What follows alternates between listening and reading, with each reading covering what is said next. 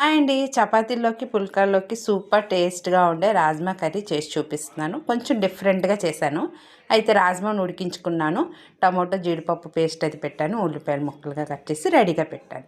రాజ్మాని ఇప్పుడు ఏమంటారు చాపర్‌లో వేసి వెజిటబుల్ చాపర్‌లో వేసి చిన్న చిన్న ముక్కలుగా కచ్చాపచ్చగా ఇలా కట్ చేసుకున్నాను. ఇప్పుడైతే కళాయిలో కొంచెం నూనె, ఒక స్పూను నెయ్యి వేశాను. ఆ తర్వాత జీలకర్ర, ఉల్లిపాయలు కూడా వేసి ఉల్లిపాయలు ఒక మంచి కలర్ వచ్చినంత వరకు ఫ్రై చేసుకోవాలి.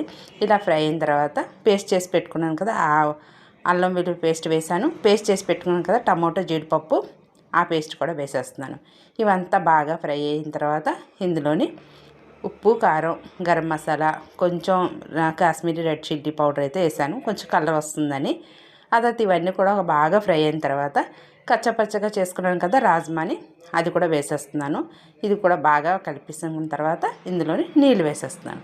నీళ్ళు ఎంత కావాలో చూసుకొని వేసుకోవాలి. నేనైతే ఎంత కావాలో సరిపోయినట్టు ఒక కప్పు అయితే వేశాను.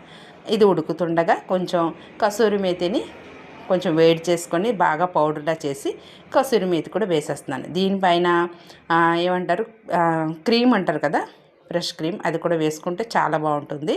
నా దగ్గర అయితే లేదు, అందుకోసం నేను వేయలేదు.